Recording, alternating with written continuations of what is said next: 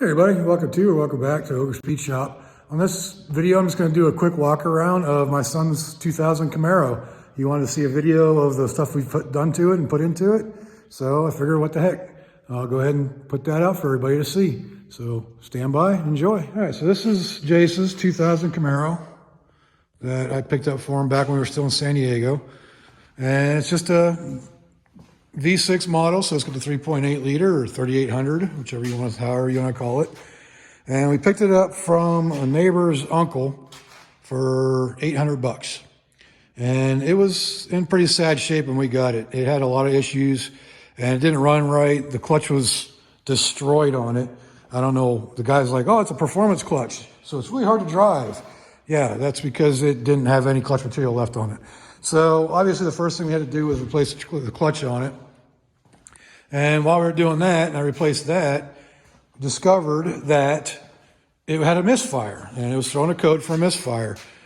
And started troubleshooting that, and we narrowed it down to the ignition module. And this guy had thrown O2 sensors, coils, spark plug wires at it, and basically the whole Easter egg of parts. And it never fixed that misfire code.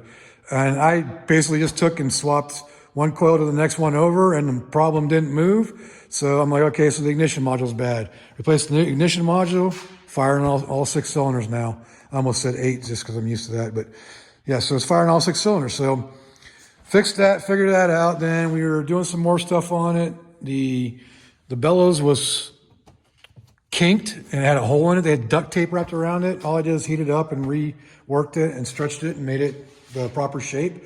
So that's fine now. Replaced the battery with this performance battery. Nothing huge, but I don't like the way it's sitting on that thing. I have to find a tie down for that before it goes out to Jace.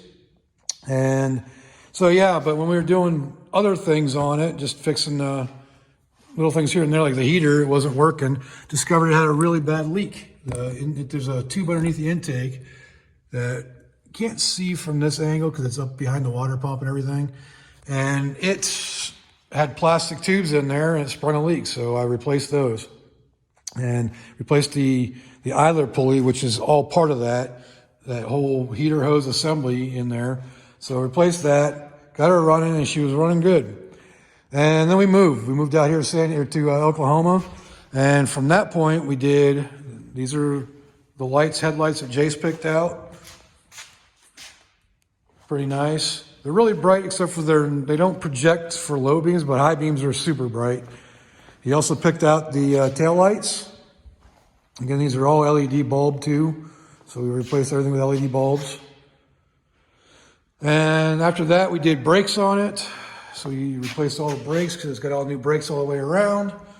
Did all new bushings for the suspension in the front. Didn't do the rear because the rear actually weren't that bad. So other than that, there really wasn't much more to do on it. I had to, it had an issue with it stalling or not running right, like it's down on power. And it turned out that the catalytic converter had blown up and the chunks were back there clogging up the muffler. So I tore all that stuff off, and Jace had already gone back to San Diego by this point, and I had taken it off, cut it off, and emptied it out, and it woke it up pretty good, even for a 6-cylinder. Yes, I'm going to say it. But it is a 5-speed, so that's one cool thing about it. So when he decides to go LS and put a 6-speed in it, it'll be already easy to do because we already got the clutch assembly and everything for it. So that's pretty much it. Not a whole lot other than that. We had some old sun visors laying around that I put in here because the other ones were missing and one was tan. Why they had a tan one in there, I don't know. But the interior is real clean. It's real nice. It needed a new, the radio bezel. That was broken. Replaced that. And we also added, like I said, these lights up front. I'll go ahead and turn them on so y'all can see.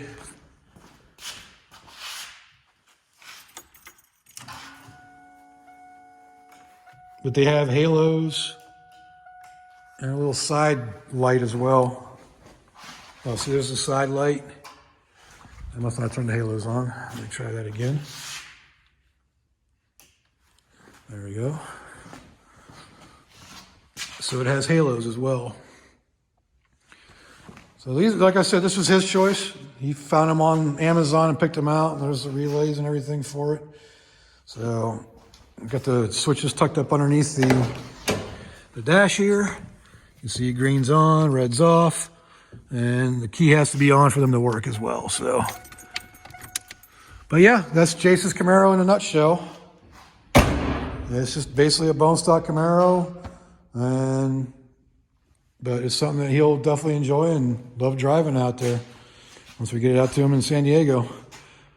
So that's it for the Jace's Camaro. All right, well, that'll do it for this video. I just wanted to do a quick update on Jace's Camaro.